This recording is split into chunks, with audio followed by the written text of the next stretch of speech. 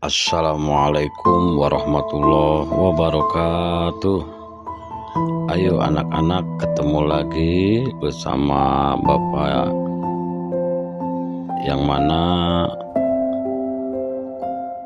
kali ini kita akan belajar atau membahas sejarah kebudayaan Islam.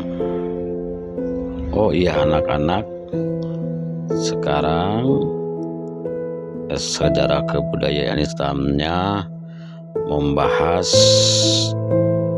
Abu Bakar As-Siddiq,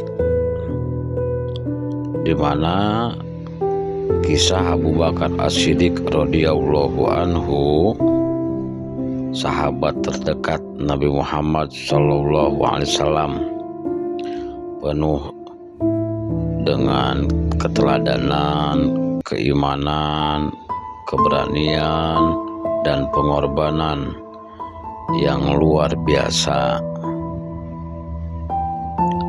di mana Abu Bakar As-Siddiq pada masa sebelum Islam. Abu Bakar As-Siddiq yang bernama lengkap Abdullah bin Abu Quhafah dilahirkan di kota Mekah dan berasal dari keluarga terpandang. Sebelum Islam datang, ia dikenal sebagai seorang pedagang yang sukses dan memiliki reputasi baik di kalangan masyarakat Quraisy. Ia juga dikenal sebagai seorang yang bijaksana dan jujur, sehingga banyak orang yang mempercayainya dalam urusan bisnis dan kehidupan. Namun, meskipun dihormati, ia merasa ada kekosongan dalam hidupnya. Ketika Nabi Muhammad SAW mulai menyampaikan wahyu Islam, Abu Bakar menjadi salah satu orang yang pertama mengucapkan 2 kalimat syahadat. Karena keimanan dan kedekatannya dengan Nabi, ia mendapat gelar As-Siddiq, yang berarti yang membenarkan, karena selalu membenarkan yang disampaikan oleh Rasulullah SAW. Adapun keimanan yang teguh, keimanan Abu Bakar As-Siddiq terhadap Nabi Muhammad SAW dan ajaran Islam tidak pernah goyah meski menghadapi berbagai macam ujian dan cobaan. Ketika Nabi Muhammad SAW menghadapi penolakan keras dan penghinaan dari masyarakat Quraisy, Abu Bakar selalu berada di samping Nabi. Salah satu peristiwa yang menggambarkan kesetiaan dan keberanian Abu Bakar adalah saat peristiwa Isra dan Mi'raj, ketika kaum Quraisy mencemoohkan Nabi atas cerita perjalanan malam tersebut. Abu Bakar dengan tegas membenarkan apa yang disampaikan oleh Nabiullah Muhammad SAW, meskipun itu terdengar mustahil bagi sebagian orang. Pengorbanan di jalan Islam. Abu Bakar tidak hanya menunjukkan keimanan dengan kata-katanya, tetapi juga dengan tindakan. Sebagai seorang yang kaya raya, ia tidak segan-segan menggunakan hartanya untuk membela agama Islam. Salah satu pengorbanannya yang paling terkenal adalah ketika ia membeli dan membebaskan beberapa sahabat dari perbudakan yang dialami akibat mereka memeluk Islam. Seperti Bilal bin Rabah yang kita kenal dengan muazin, Abu Bakar juga selalu menjadi pendukung utama dalam menyebarkan agama Islam, memberikan bantuan baik dalam bentuk materi maupun moral kepada umat muslim yang sedang kesulitan. Adapun peranannya dalam hijrah, salah satu momen paling penting dalam sejarah Islam adalah hijrah Nabi Muhammad SAW dari Mekah ke kota Madinah. Dalam peristiwa ini, Abu Bakar As-Siddiq memiliki peran yang sangat penting. Saat Nabi Muhammad SAW memutuskan untuk hijrah, ia meminta Abu Bakar untuk menemaninya. Keduanya bersembunyi di Gua Thur selama 3 malam, menghindari kejaran musuh Quraisy. Dalam perjalanan ini, Abu Bakar menunjukkan keberanian luar biasa, bahkan ketika dalam situasi yang sangat penting, ia tetap tenang dan melindungi Nabiullah Muhammad SAW.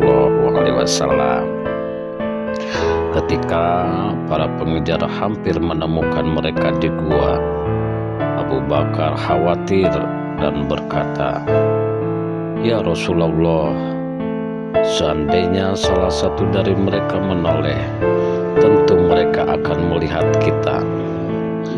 Nabiullah Muhammad SAW menenangkan hatinya dan menjelaskan bahwa Allah akan melindungi mereka. Pada akhirnya, perjalanan hijrah ini berhasil dan Madinah menjadi tempat perlindungan bagi umat Islam. Keputusan menjadi khalifah. Setelah Nabi Muhammad SAW wafat pada tahun ke-632 Masehi, umat Islam dihadapkan pada sebuah masalah besar, yaitu siapa yang akan menggantikan posisi Nabi sebagai pemimpin umat. Meskipun banyak sahabat yang memiliki kemampuan luar biasa, Abu Bakar adalah orang yang paling layak untuk menjadi khalifah pertama. Pada saat itu, Umar bin Khattab mengusulkan agar Abu Bakar diangkat menjadi khalifah karena beliau adalah orang yang paling dekat dengan Nabiullah Muhammad SAW dan yang paling dipercaya. Keputusan ini disepakati oleh mayoritas sahabat. Abu Bakar memimpin dengan bijaksana, memastikan bahwa umat Islam tetap mengikuti ajaran Nabi Muhammad SAW dengan teguh. Ia juga memimpin perang melawan kaum murtad yang ingin meninggalkan Islam setelah wafatnya Nabiullah Muhammad SAW. Kebijakan dan keputusan besar. Sebagai khalifah, Abu Bakar menghadapi banyak tantangan.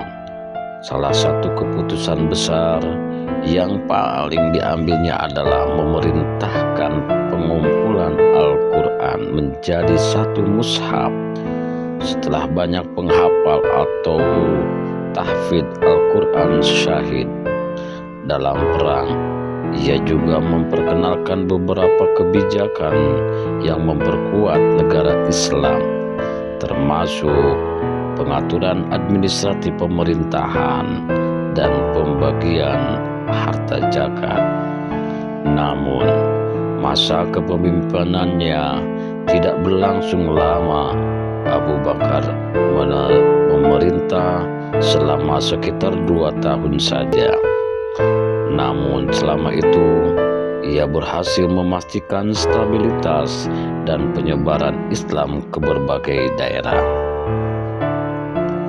Kewajiban Abu Bakar sebagai khalifah setelah Nabi Muhammad SAW wafat, tantangan besar langsung dihadapi oleh Abu Bakar.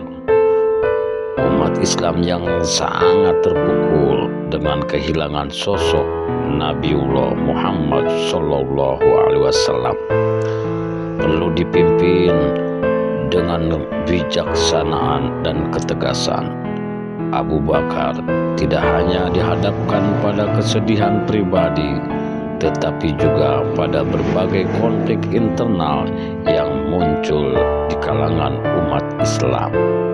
Salah satu tantangan yang paling besar adalah masalah murtad atau orang-orang yang kembali dan keluar Islam setelah Nabiullah Muhammad SAW wafat yang menyebar di berbagai daerah.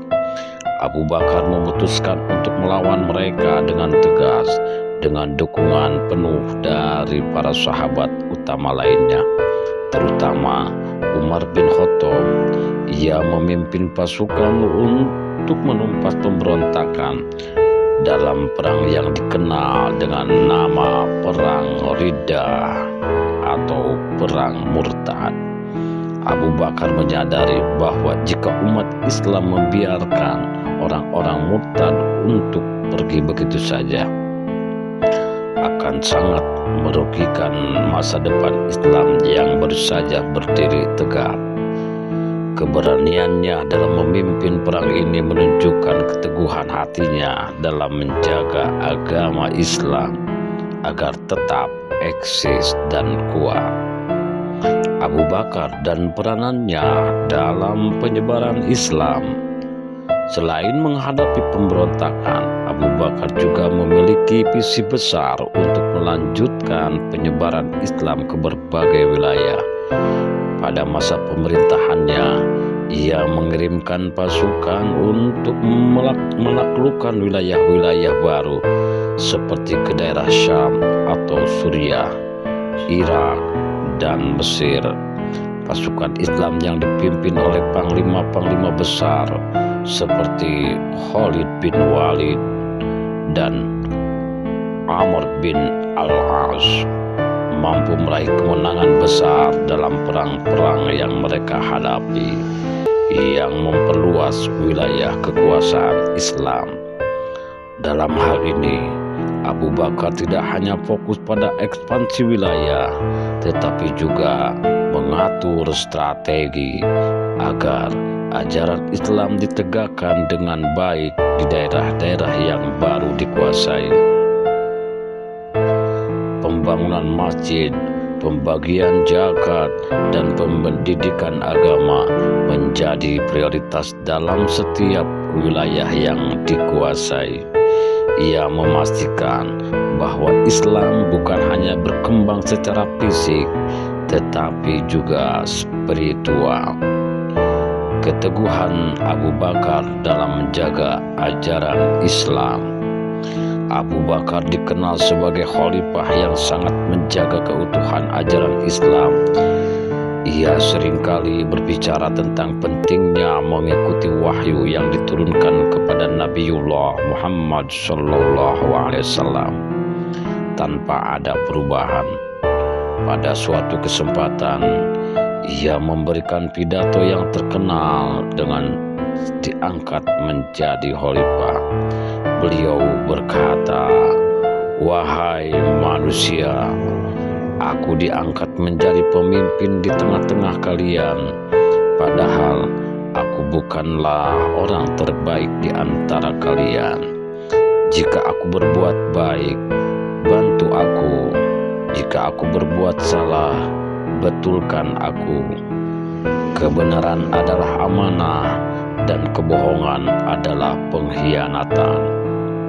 Pidato ini menunjukkan bahwa Abu Bakar memimpin dengan kerendahan hati dan tidak merasa lebih tinggi dari orang lain.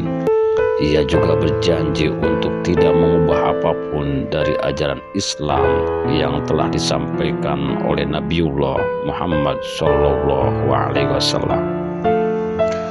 Abu Bakar sangat menekankan pentingnya menjaga Al-Quran dan Sunnah Nabi.